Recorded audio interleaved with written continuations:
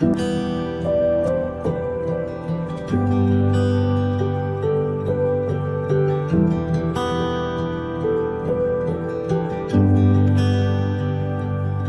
dans le Seigneur, je te salue dans le précieux nom de notre Seigneur Jésus-Christ et je te suis infiniment reconnaissant pour avoir trouvé le temps justement de pouvoir consulter cette capsule qui est consacrée une fois de plus aujourd'hui à l'enseignement.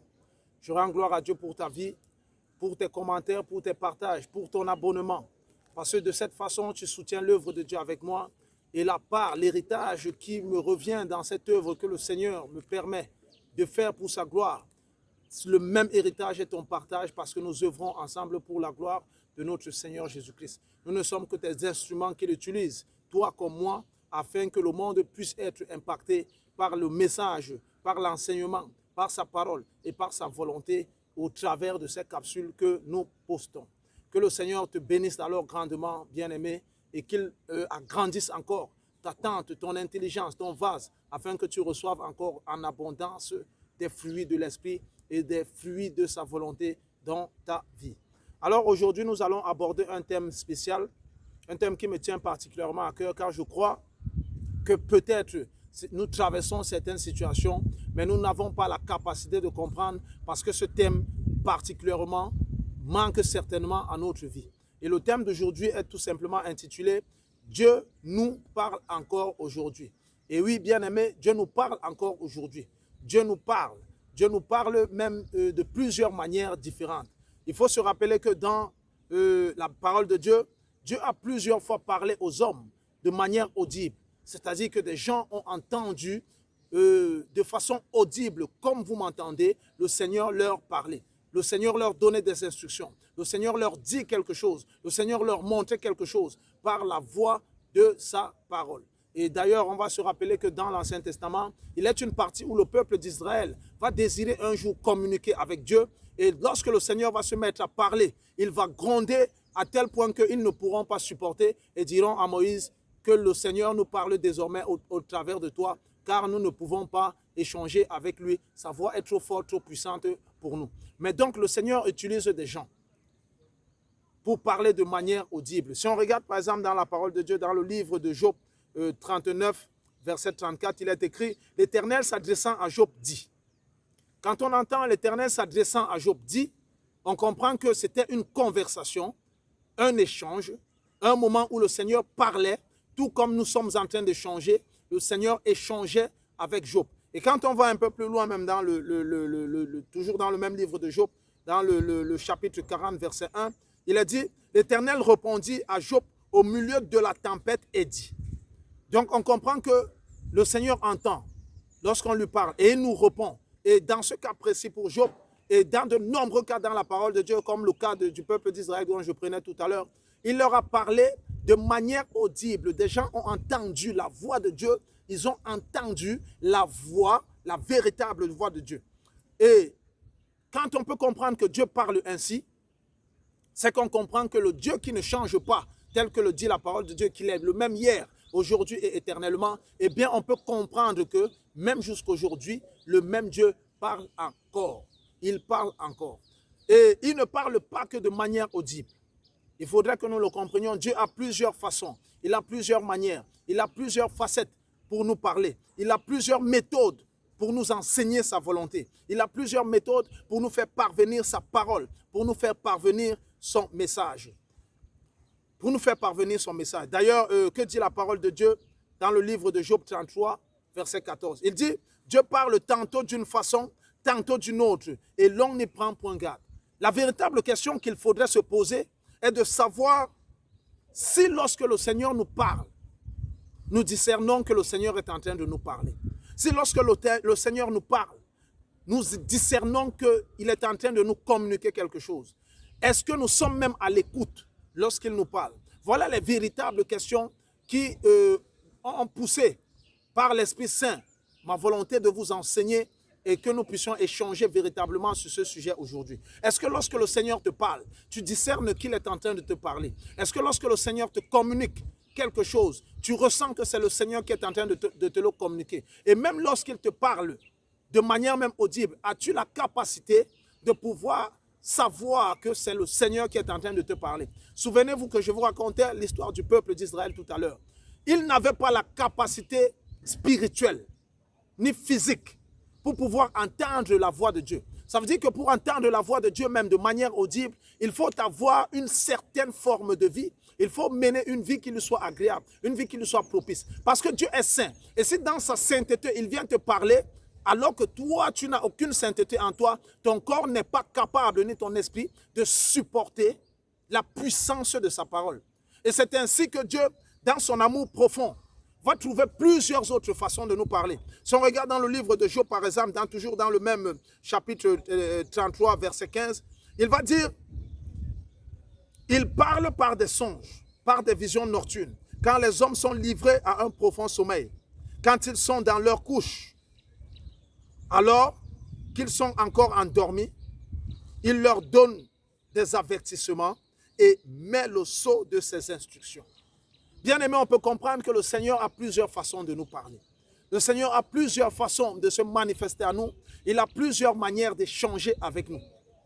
Mais c'est nous qui parfois manquons de capacité spirituelle et physique pour pouvoir discerner la voix de Dieu, pour pouvoir discerner quand il est en train de nous parler, pour pouvoir discerner le sceau de son instruction dans nos vies. Et c'est ainsi que je tiens à rappeler que, pour ceux qui doutent encore que le Seigneur parle de façon audible, bien aimé, sachez que le Seigneur parle encore aujourd'hui. Le Seigneur parle encore aujourd'hui aux hommes. Il parle encore aujourd'hui aux hommes. La différence est que si certains parmi nous n'entendent pas encore la voix de Dieu de manière audible, c'est tout simplement parce que Dieu, dans son amour, parle à tout un chacun, moyennant le degré de spiritualité de ce dernier. Il parle à chacun d'entre nous, moyennant la capacité spirituelle que tout un chacun a avec lui, moyennant la capacité intime que tout un chacun a avec lui, moyennant la capacité physique que chacun a de pouvoir recevoir par le biais de l'esprit ce que Dieu voudrait que nous sachions. Et c'est donc par cet amour, parce qu'il sait que nous n'avons pas le même niveau spirituel, parce qu'il sait que chacun d'entre nous a un niveau moyennant la capacité qu'il a en lui, il a trouvé plusieurs autres manières, à défaut de nous parler de façon audible, que tu l'entendes comme je te parle, il a trouvé d'autres manières de nous parler afin de nous faire parvenir ses instructions, ses avertissements, afin de marquer son sceau dans nos vies, afin de nous apporter cette transformation qui est si nécessaire, afin de nous apporter cette intimité, cet attachement à lui qui est très, très, très, très importante pour notre marche sur cette terre. Alors, la première, j'ai essayé de numérer plusieurs manières par lesquelles le Seigneur nous parle. Et la première façon que j'ai trouvée, c'est d'abord par sa parole. Bien aimé, lorsqu'on parle de parole, on parle de ce qui est sorti de la bouche du Seigneur. Et comment est-ce que ce ne serait pas par sa parole qui est contenue dans la Bible, qui est contenue dans sa Bible, comment ne nous parlerait-il pas? Bien aimé, pour que le Seigneur te parle au travers de sa parole, tu as cet instrument dans lequel tu trouves simplement le Seigneur en train de te donner son instruction, dans lequel tu trouves simplement le Seigneur en train de te parler pour t'avertir ou pour te dire comment est-ce qu'il voudrait que tu sois dans ce monde. Tu as une Bible chez toi, c'est la parole de Dieu, et au travers de cette parole, bien-aimé, le Seigneur te parle. Et il nous parle de cette manière dans sa parole de Dieu, dans sa parole à lui, afin de pouvoir aussi répondre à nos questions, aux questions que nous nous posons, afin de pouvoir apporter des solutions aux problèmes que nous rencontrons. Bien-aimé, il y a une grande force quand tu es dans la méditation de la parole de Dieu. Lorsque tu la prends et que tu l'ouvres, pendant que tu es en train de la méditer, pendant que tu es en train de t'imprégner de cette parole, la voix de l'Éternel sort entre les lignes, sort entre les pages pour te parler. Même lorsque tu la lis dans ton téléphone, parce que c'est la parole de Dieu, elle parle alors en toi, elle témoigne de la véracité du Seigneur en toi et témoigne que le Seigneur, par une voix profonde dans la méditation, est en train de te communiquer quelque chose. Bien aimé, la méditation est importante car le Seigneur te parle par le biais de sa parole. N'oublie pas cela et attache-toi à sa parole. Il dit que ce livre de loi ne s'éloigne point de ta bouche. Il faudrait que tu gardes cette parole profondément ancrée en toi par le biais de la méditation pour entendre la voix de l'Éternel. Il nous parle aussi par les situations et par les circonstances. Il nous parle dans le temps par les situations et par les circonstances. Bien aimé, tu peux être en train de traverser une épreuve. Et pendant que tu es en train de te larmoyer, pendant que tu es en train de te morfondre, pendant que tu es en train de pleurer dans ton état, tu ne parviens pas alors à discerner que le Seigneur est en train de te communiquer quelque chose. Ne dit-il pas dans sa parole, dans le livre de Romains, chapitre 8, verset 28, que toute chose concourt au bien de ceux qui l'aiment et qui sont appelés selon son dessein? Ça veut dire que plutôt que de regarder une situation et de te morfondre là-dessus, regarde la situation et dis si le Seigneur a voulu que je vive cela, c'est qu'il voudrait que je tire une leçon, c'est qu'il voudrait que je tire une capacité à transformer cette position que j'ai négative en position positive, de transformer cette situation négative en situation positive. Et même quand la situation est positive, il voudrait que tu tires une leçon de cette situation pour que toi-même, qu'elle te serve de témoignage et que tu puisses impacter la vie des autres avec. Il met dans le sceau de son instruction aussi dans les circonstances que nous traversons, dans les épreuves que nous traversons, dans les bénédictions que nous traversons, dans notre marche. Tous les jours, dans les circonstances que nous traversons, le Seigneur nous parle. Mais est-ce que nous y prêtons alors une oreille attentive? Alléluia. Le Seigneur nous parle aussi par les songes et par des visions bien-aimées. Les songes, c'est les rêves que nous avons. Les visions, c'est ces circonstances que nous voyons, mais que les autres ne voient pas. Et chacun d'entre nous est déjà parvenu à avoir des visions, à voir quelque chose en avance, quelque chose que les autres n'avaient pas pu voir. D'ailleurs, il nous arrive souvent de vivre des situations, et puis du jour au lendemain, on dit, mais je suis en train de vivre ce moment, alors que je l'avais déjà vécu, alors que j'avais déjà vu ce moment se produire. Eh bien, ça, c'est ce qu'on appelle les visions. Et le Seigneur nous parle alors à travers ces moments. Même au travers des songes, il nous parle. Les songes, c'est les rêves. Mais combien d'entre nous se réveillent, ayant fait des rêves, et prennent en considération ce qu'ils ont vu dans le rêve? Nous nous levons parfois, nous racontons aux uns aux autres, j'ai rêvé de ci, j'ai rêvé de ça. Mais qu'as-tu fait du sceau de l'instruction que le Seigneur a déposé dans ce rêve? En as-tu cherché à tirer des leçons? As-tu cherché à comprendre le message caché? As-tu cherché à décrypter le rêve? Bien-aimé, si tu n'es pas capable de décrypter ton rêve, le Seigneur a mis des serviteurs auprès de toi qui ont la capacité de pouvoir le faire. Raconte ton rêve à quelqu'un qui a la capacité et cette personne va te donner le message que le Seigneur a prévu pour toi. Car il parle encore aujourd'hui et il parle par des songes et par les visions. Lorsque tu reçois le rêve, qu'est-ce que tu en fais? Est-ce que tu te lèves et déclares sur ce rêve lorsqu'il t'a averti des attaques de l'ennemi pour prendre position et déclarer que les œuvres de l'ennemi sont déchues dans ta vie? Est-ce que lorsqu'il t'a prononcé une bénédiction, est-ce que tu déclares l'accomplissement? Ou alors est-ce que tu te contentes d'avoir vu le rêve et puis de croiser les doigts? C'est une prophétie et cette prophétie est une parole que Dieu te donne. Parce qu'il sait peut-être qu'actuellement, tu n'as pas la capacité de l'entendre te parler de manière audible. Alors il donne le sceau de son instruction par des songes, par un moyen qu'il sait que si tu le désires, tu auras la capacité de comprendre ce qu'il veut te dire. Alléluia. Il parle aussi au travers des autres. Bien-aimé, tout homme sur cette terre est un instrument que Dieu utilise. Personne n'a jamais vu Dieu. Alors Dieu ne viendra pas de façon physique auprès de toi. Mais il va toujours utiliser quelqu'un. Il va toujours utiliser des gens autour de toi. Il peut utiliser ton épouse. Il peut utiliser ton enfant. Il peut utiliser tes collègues de service. Il peut utiliser un inconnu. Il peut utiliser les médias, que ce soit au travers de la télé, que ce soit au travers de la radio, même au travers des médias que nous avons aujourd'hui, au travers des téléphones qui sont aujourd'hui devenus un instrument fondamental dans la vie de toute personne, qui est appelé le digital. Le Seigneur parle aussi par ce moyen. Le problème est que nous ne prenons pas garde. Nous ne parvenons pas à discerner que le Seigneur est en train de nous parler par le biais même de ces médias, par le biais du digital, par le biais des personnes qu'il a mis autour de nous. Nous ne comprenons pas qu'il est en train de nous parler. La parole de Dieu dit dans le livre de Proverbes 24, verset 6, que le salut est dans le grand nombre de conseillers. Les conseillers, c'est qui? C'est ceux qui sont autour de toi. C'est ceux qui te voient traverser tes situations dans la vie. C'est ceux qui te parlent. Ce sont aussi ces serviteurs, tes frères et sœurs, des personnes par lesquelles ils passent pour te donner un conseil instructif. Mais il faudrait que tu aies le discernement pour savoir quel conseil vient de Dieu et lequel vient de l'homme et de la chair.